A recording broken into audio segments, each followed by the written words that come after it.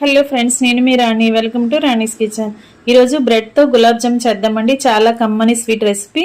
దానికోసం 4 బ్రెడ్ పీసెస్ని తీసుకుని దాని సైడ్ ఉన్న బ్రౌన్ కలర్ పార్ట్ తీసేసానండి. కట్ చేసి పక్కన పెట్టేసుకోండి. వైట్ బ్రెడ్ని చిన్న చిన్న ముక్కలుగా చేసుకుని మిక్సీ జార్లో వేసుకుని పౌడర్లా గ్రైండ్ చేసుకుని ఒక గిన్నెలోకి వేసుకోండి.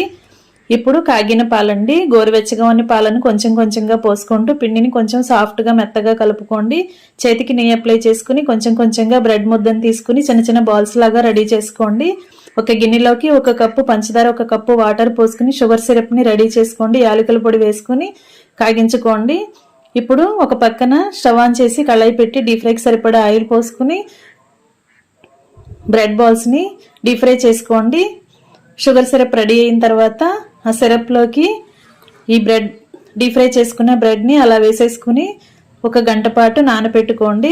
డ్రై ఫ్రూట్స్తో గార్నిష్ చేసుకుని సర్వ్ చేసుకోండి. మరొక రెసిపీతో మళ్ళీ కలుద్దాం.